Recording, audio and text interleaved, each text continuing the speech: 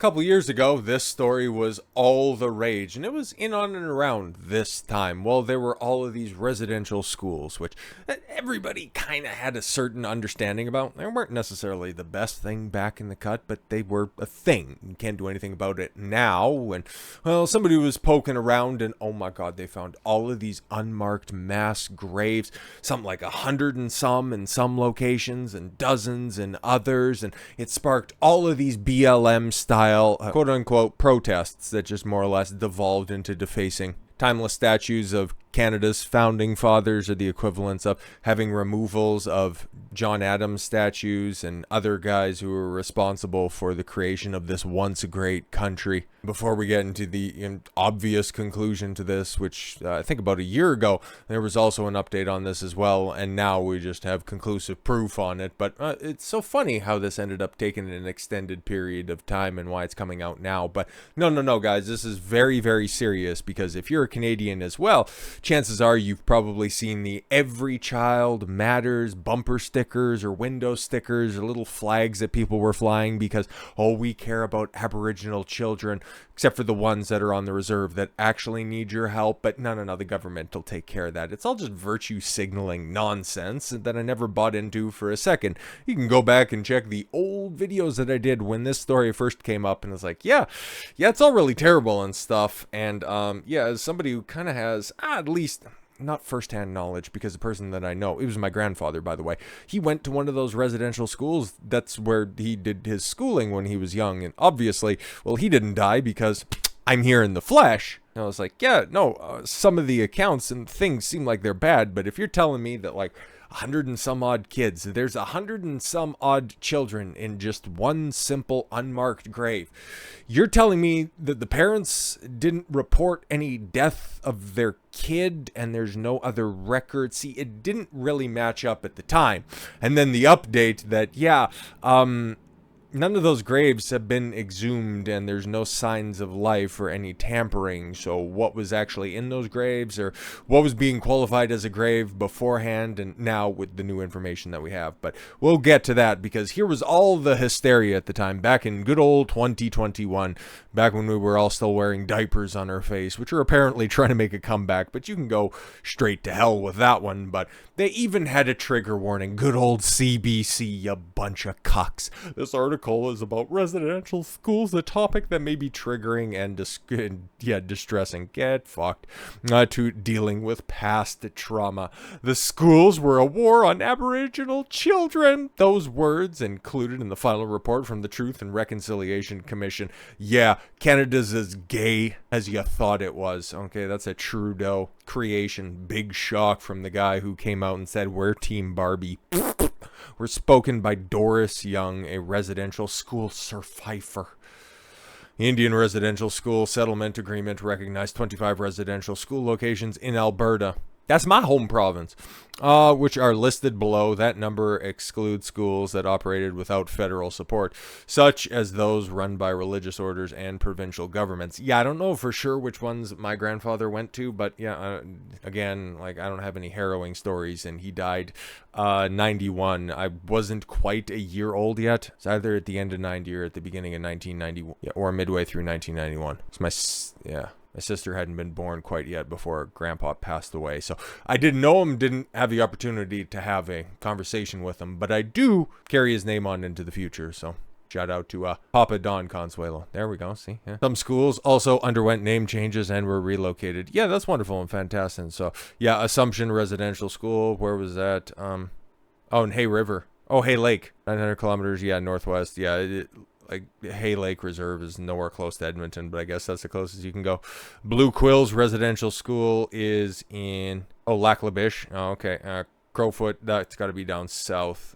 Blackfoot Crossing, 100 kilometers east of Calgary. Yeah, man, these were schools. I could run through all 25 of them, but obviously if you want to know more about them, I'll link to the article in the description below. But these were schools that were set up by the government, either the federal or the provincial government, with the help from the Catholic school, or from the Catholic, no, it would be school departments, in order to educate kids on reserves who, outside of that, they get money pumped into their communities but very little of it actually goes to building up or helping their communities that they think somehow benefits their culture, where if you just go for a drive through any of the reserves, and if you're brave enough to go do that, make sure that all of your doors are locked that are around here, outside of one gigantic hockey arena which has a very, very tall 10 to 12 foot chain link fence with razor wire at the top. The name escapes me. The reserve's not that far here. I actually did some work. I got stories for days when it comes to native reservations. They just piss away money, man. It's doesn't help them. It doesn't help anybody, because they don't respect anything that they're given from the government, which, surprise, you get something for free. Nobody fucking takes it seriously. But no, these schools were set up in order to educate the kids that weren't getting properly educated to begin with. And yeah, did they end up getting corrupt? That's what sounds like is the case in certain instances. Did some kids come out fine? Apparently so. Was it rewritten with a common day, or rather modern sensibilities, to be, oh, I don't know, just those evil white guys coming in and just trying to eradicate native history? Yeah, that's the common sentiment as of right now, and especially with all of those dead kids that are underneath the school, until, surprise, no evidence of human remains found beneath the church at Pine Creek Residential School site. Yeah, and you know that CBC was typing this through gritted fucking teeth. 21 child deaths were recorded at the school, which operated from 1890 to 1969. Yeah, exactly. How about that? How about that when kids actually died? Probably not of what, excessive beating and starvation? No, if they died while they were in the care of the schools, because they were essentially boarding schools as well. Their families were notified. Imagine that! That they didn't just store remains in the fucking cellar. God, people are stupid, but any excuse to riot and then just cause a stink, you liberal fucks. Talking about the party, not just the people, but at the same time extrapolate as you need. But why we're jumping over to Manitoba for this one is just because this is the first actual process of exhuming. Can't think of the proper term, but this is the first such instance of anybody taking an interest and going, oh, okay, if these are mass graves, can we go down there and figure anything out? This is the first time that this has happened, and yeah, it just turns out with rocks and sticks. No evidence of human remains has been found during the excavation. That's the word I was looking for. Of a Catholic church basement on the site of the former Manitoba Residential School. Chief Derek Nepinak of the Minagazobi am I casting a spell? Is it going to start raining outside? Shared the results of a 4-week excavation on social media on Friday. He was punching air while in a headdress, but again, it was probably to the beat of a buffalo skin drum. He said the outcomes take nothing away from the difficult truths experienced by our families. No, it takes away a lot, okay? Because these were apparently death camps, because they were trying to, I remember, you were trying to analogize these to concentration camps, and just like other camps, you fucking exaggerated the death tolls. Who said that? Don't say that. That's mean. Who attended the residential school in Pine Creek. Yeah, it doesn't take away the stories that we tell, except for the validity, any of the evidence that we have, the basis for our concerns. Don't worry, it was terrible though, huh? 14 anomalies were detected using ground-penetrating radar. Yeah, that's all they could come up with back in 2022 when I did an update on this. It's like, oh, you found anomalies. What about human remains? Oh, nothing? Oh, okay, cool. So this is just all a big lie in order for Justin Trudeau to go, and we're real sorry about that. And then just get some fucking pity points in the polls, that cuck. Survivors have spoken about horror stories in the basement. Oh, of course. Horror stories, like nobody's down there. Horror stories, like we have to make up something on the fly and make it sound really bad. It's like, wow, all of these stories seem to run concurrent with any current horror films that are out there. Weird. Nation northwest of Winnipeg hired an archaeologist. Well, there's a lot of space northwest of Winnipeg if we're going to keep it a buck. Hired an archaeologist team from the University of Brandon. Yeah, let's go Brandon. To the excavation earlier this summer. That's another city in Manitoba, by the way. It is the same team that assists police in archaeological digs and excavations in the province. As a community, we're preparing for more than one possible outcome. Like, fuck all, was that on your list? Which meant we would prepare for the worst but hope for the best. Nepinak said, yeah, exactly. Just thinking, fuck, we don't have a grift to go on any further, but there's more schools. Trust us, I think.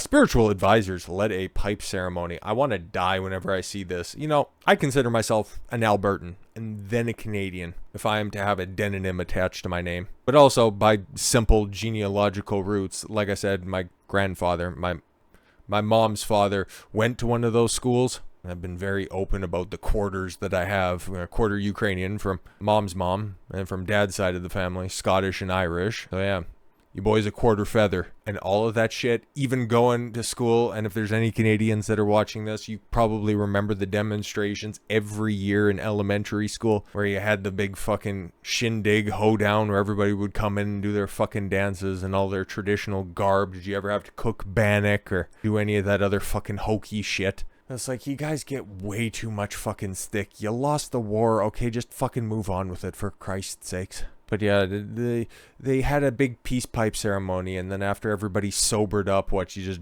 grabbed your shovel. Then a search began, and sacred fire was lit, and oh my god, the enduring, to ensure elder survivors and intergenerational survivors felt supported. Oh my fucking god. Can you get to the evidence, or do we just have to wait around in everybody's feelings? Nepinak said the search should be an example of how to use an indigenous-led approach to respect survivors. Fuck off. Oh, we need to have all of these ceremonies take place before you end up, I don't know, digging up a dirt pile. Why does it have to be indigenous-led? That sounds like it's just a fucking terrible waste of resources. Nepinak said he is aware. Oh no, probably because he wants to get his people to get paid. Fucking imagine that. It's like a union rep saying nobody can quite drive as well as the Teamsters. Go fuck yourself. We'll feed into the denialist narrative of what happened at residential schools. Yeah, exactly. You're trying to push a narrative, but if you're going to be making these accusations, you got to come forward with some proof. But when there's no proof to back up your lavish claims, well, it's just going to feed into that denialist message. It's like, yeah, you tried to lie to everybody. You tried to guilt Canada into thinking that, there was this mass genocide on natives, when in actuality, prior to Justin Trudeau, race relations between natives and Canadians, and even if they wanted to consider themselves natives, most of the ones that I grew up around just kind of considered themselves Canadians. No. Justin Trudeau, seen what Barack Obama was doing back in 2015, is like, ooh, I could get in on this race grift by just sowing seeds of division. And here we are, just about 10 years later, trying to believe some fucking smoke stories by some goddamn scope chugger about how there's a genocide against my people and we need more smoke ceremonies. No, dude, you just need to fucking sober up to reality. Shit sucked in the past. Good thing we fucking moved on from that. And hopefully you will as well. So with all that said, thank you all very much for the gift of your time. I've been Don Consuelo. I want you to follow your gut and get after it. Take care, everyone.